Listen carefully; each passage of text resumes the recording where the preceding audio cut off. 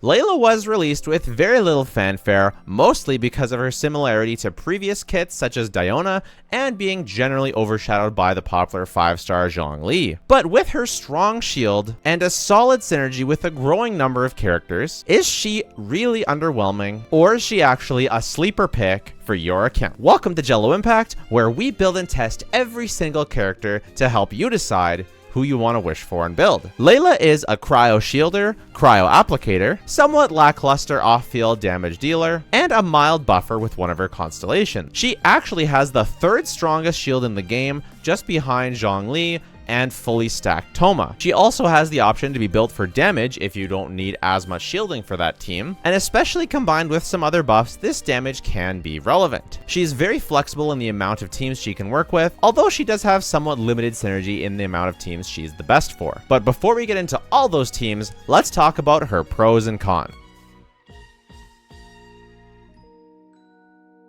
Her number one strength is her strong shielding. Layla has a really strong shield with high shield multipliers, especially when you get some constellation. Her constellations also give her a mild amount of buffs at C4. She has really low field time, and she's really easy to build. Her weaknesses are pretty similar to a lot of the other defensive units or shielders in the game, in that she's usually not the optimal choice when we have characters like Zhongli around, although sometimes she is, and we'll get into that. And her damage overall, even when built for damage, is not that great, although it can be relevant, but because a lot of her power balance is given to her shielding, you compensate with a loss of damage compared to other off-field cryos like Rosaria or even Kaya. And although she does have some buffing with her C4, it is definitely not a massive buff, although it is nice and relevant. It's nothing like a dedicated buffer would give you. Her final pro is that her shield is actually attached to her skill, not attached to her burst, so unlike Toma, you don't need to worry about ER to keep her shield up. But she also has a final con in that the energy that her skill creates is tied to the skill staying on the field. So if your shield expires because it took too much damage and her shield goes away, she doesn't restore as much energy. But fortunately, because she scales fully off of HP, you don't need to worry about having a high base attack weapon, so you can often get away with running Favonius, which basically fixes her energy and helps you get some more energy for the team. But with all this being said, how strong and valuable of a unit is she? In terms of strength, I would most likely rate her at tier 2, with tier 0 being the best, tier 1 being extremely strong, and tier 2 being a solid choice. Her value to you is really account dependent. I've said that before that I think value is a lie, and this is a good example. I don't think talking about Layla's overall value is very useful because her value is directly dependent on the kind of teams that you want to build. So let's talk about them. The Wanderer team. The reason why she works so well with Wanderer is she has, number one, a really strong shield. You want to build her with full HP on this team, and her tenacity buff really helps Wanderer eke out a little bit of extra damage, plus her Constellation 4 is relevant, her shield is strong enough to last, and if you can swirl properly with Wanderer's Ascension passive, you can infuse himself with cryo, giving him a crit rate buff, which is really nice. She actually ends up being the premier choice on this team if you play correctly, if you're using a shielder. Some argue that Zhongli is a little bit higher and Toma is really close, but from the calculations I've seen, Layla is, if she's not the best, she is extremely close to the best. You can also use her as a shielder for mono cryo, or as a defensive option in freeze teams. For example, if you're using Sing Cho as your hydro slot, you can use Layla here and have a really comfy freeze team. I don't like her as much in freeze teams because I personally prefer to have a damaging option for the cryo slot, be it Shenhe, Rosaria, or Kaya, my preference being Shenhe, but she does have really actually good synergy with mono cryo team. You can build her for damage in this team. You do have to be a little bit more mindful of dodging some attack, but by building for damage, her damage is noticeably relevant and makes her stand out really well above characters like Diona. You can also use her in a Eula team. This team I don't like nearly as much as the other two because in the other two she really is the premier or almost the premier choice for that slot, but in Eula teams, Zhongli is basically always going to be better. You can also use her as a cryo applicator and defensive unit for VV EV vape teams such as Yoimiya or Hu Tao. Again, these teams can be good if you need that cryo application for some sort of abyss check, and I have used that before and I really like it, but again, it's rarely the optimal slot when we have options like Zhongli around. The team is pretty cool though, because you can get both melts and vaporizes off, and you can also use straight melt with someone like Diluc, although I haven't tested that myself. I'm not sure how good melt Diluc really is. Nevertheless, these are solid options if you need those options for your abyss clears, or if you just want a comfy unit to use in the overworld and you don't have Zhongli. The final team that you can use her in is a Hyperbloom team with a cryo, which some people call Hyperfridge. I'm not that big of a fan of Hyperfridge, especially when you're using a defensive option such as Layla. I've maxed out this version of a Hyperbloom team to include Raiden, so she can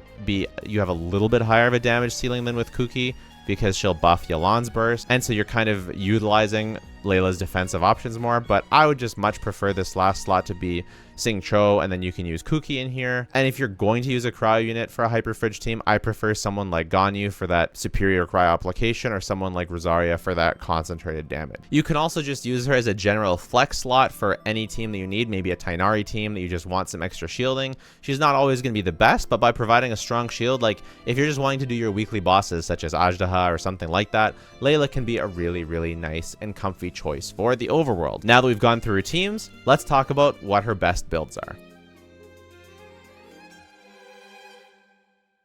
First things first, do you want to level her to 90? She does get a decent amount out of going to 90 just because it's going to strengthen her shield by giving her more HP. She is an HP ascension character, so you do get increased HP by ascending them, but I have personally chosen to be more efficient with my resources, and since really all I'm getting is a stronger shield, it's not really worth all those level books to me. And even that final ascension, it's a very expensive ascension, and only getting an extra 6% HP, that's what, 1 or 2 substats of HP? Yeah, I think it's even just 1 substat of HP, so I wouldn't really worry about taking her to 90. I would just leave her at level 80 unascended. Personally, once you level up all your other characters, sure, you can do it, but I would rather see you invest in more damage, like artifacts for other characters, rather than waste all that resin. I think you'd have more luck with resin and getting an artifact substat than leveling her out to 90. So that's my opinion, but she's not the worst character to take to 90. For talents, you definitely want to focus on your skill, and once you've maxed that out, I would take it to level 8, just because it's much cheaper to take that to level 8 than to fully ascend. I wouldn't go beyond level 8. There's no need, especially if you've got C3. For your burst, I might take this up a little bit more, just to level 8 for her damage, because I do use her on mono cryo with a damage build, so I like the burst damage that she gets. But it is just damage, so if you're building her on a full HP build, you can ignore her burst entirely. For weapons, her best in slot is the Key of Kajna suit, with the Jade Cutter being behind because it does give you some HP in the substat and provides a lot of crit, so if you're building with damage, then that can be helpful. If you're on it using a team on a shield bot, generally Favonius is going to be the best choice. It also makes her a bit more of a utility character. As I mentioned previously, you can go Favonius because, again, with her HP scaling, she doesn't need the base attack, so you might as well get the energy that it comes with and also the utility that it gives. If you're building damage and your Jade Cutter is on a different character, which, let's be honest, it should be, because you're not going to be getting the most value out of it being on Layla unless you just have a bunch of extra Jade Cutters sitting around. The Harbinger of Dawn gives you a ton of stats. Like if we take a quick look at the stats, it give you a ton of crit damage and a really huge amount of crit rate when her HP is above 90, and because her skill cast time is so fast and her burst has iframes, it's going to be really easy to keep her above 90% HP. Finally, I'm going to put the Sapwood Blade on here, not because I don't think you should necessarily craft an R5 Sapwood Blade for her, but if you're using her on a team that uses the EM, such as a Yoimiya team or a Hu Tao team or God forbid, a Hyperbloom team, you can give her Sapwood Blade and then give the person who needs the EM leaf that it provides, and then it gives her a little bit of ER, which is fine. So it's like, if you're already using Fav on someone else, if you don't need Fav on that team, like with Yoimiya or Hu Tao, you don't really need Fav, this can be a decent choice to just give her a bit more buffing potential. And that's what really makes the Key the best in slot, is it gives her max shield and it gives a buff to your team, which is really nice. For artifact sets, you basically just want one. It's the Tenacity set. That's really all that you're going to do. The only thing that changes is whether you're going to be building for her pure HP or for damage or for hybrid. So on mono cryo, I like to build for damage. So I have crit damage, cryo damage, HP. and that's my favorite way. It's really nice that you don't have to level up your weapon to 90 because she doesn't care about the base attack, so I just have it at level 80. If you're going to be using her with Wanderer, you don't need the damage, right? The damage, because it's not being buffed by Shenhe's quills, the damage isn't really that good, so you're better off just going HP from the Tenacity set, and you can get that from the Strong box when it comes out really soon, so that's really exciting. You pretty much don't ever want to use a different set. You're always going to want to use the Tenacity set, so yeah, artifacts, very simple. For constellations, her C1 gives you a co-op shield as well as an additional 20% shield strength, so that's really nice. Her C1 helps restore some extra energy, which is nice. C3 gives you some extra shield strength, which is really nice. And C4 gives you a buff, which is good. C5 is a little bit more damage, and C6 is even more damage. So she's probably going to be even better for mono cryo once she's at her C6. For energy recharge, you don't have to specifically aim for energy recharge on her. It's nice to have her burst on cooldown. You might as well, because you're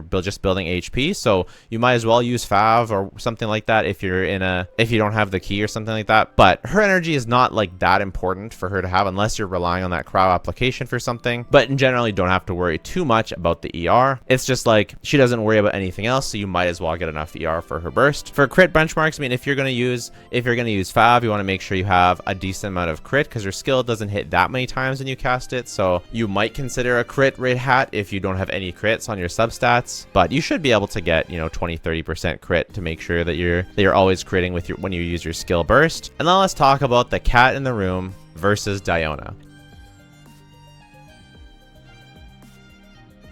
Now, I will preface this by saying I'm a little biased. I am not a fan of Diona. A lot of people really think Diona is very good, and I think she is just fine. Plus, I don't really like her design, but that's neither here nor there. The differences versus Diona is Diona creates more energy on cast with her skill, whereas Layla needs to have her shield up to create that energy. So if you're trying to battery someone, Diona can be a little bit better. However, it's really hard to you can't pre-funnel Eula anyways. Ganyu doesn't need energy if you use her with Ganyu, which I don't even recommend because you should just be using Zhongli. Mono Cryo Ayaka doesn't need energy. You already have a ton of energy on Mono Cryo. Hu Tao and Yoimiya don't need energy. Wanderer doesn't need the energy, so Layla not creating as much energy is not really an issue. None of the teams you're going to use Diona or Layla in really need a ton more energy. It's really only for Ayaka freeze teams that you're going to actually want that extra energy, and I don't really like either of these characters for Ayaka freeze teams. I prefer to use a more damaging cryo unit. Diona has a weaker shield than Layla, and it doesn't last as long, but she does compensate by having healing, so if you mess up your rotation, you actually do get hit,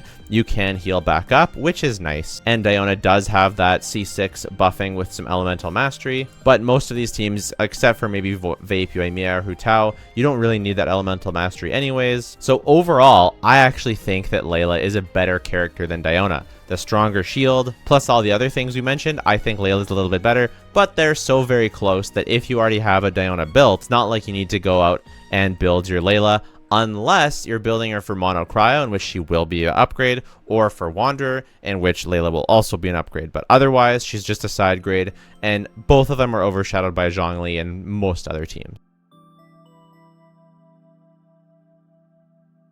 For future prospects, I honestly wouldn't be surprised if they have something in the future that Layla synergizes with. I was kind of nicely surprised that she works so well with Wanderer, that she actually is a competitive, if not superior option for Zhongli. But in general, the fate of most shielders right now is if you shield, you're probably worse than Zhongli. And so that is a challenge when looking at future prospects. It's hard to say exactly what she's going to synergize with in the future, but I hope that they do something to increase Cryo's flexibility overall, so maybe we'll see something like that soon. Finally, for overworld and aesthetic wise, she's one of my favorite characters in the game. I absolutely love her design, I love her personality, I love her animations, I love everything about her. Big fan. And for the overworld, like I said, it's nice to have her as a shield bot versus weekly bosses, and it's not nice that it's not tied to her burst like Toma's is. Let me know if you're gonna build her. If you want to see where I put Layla on a tier list, be sure to check out that video over there. We just launched a Discord, check it out in the description if you haven't already, and we just made the channel full-time, so if you want to support the channel, please consider subscribing or looking out for the Patreon I'm going to be launching anytime here. But if you don't want to do any of that, don't worry about it. You just watching this video was more than enough. Thanks so much, and bye for now.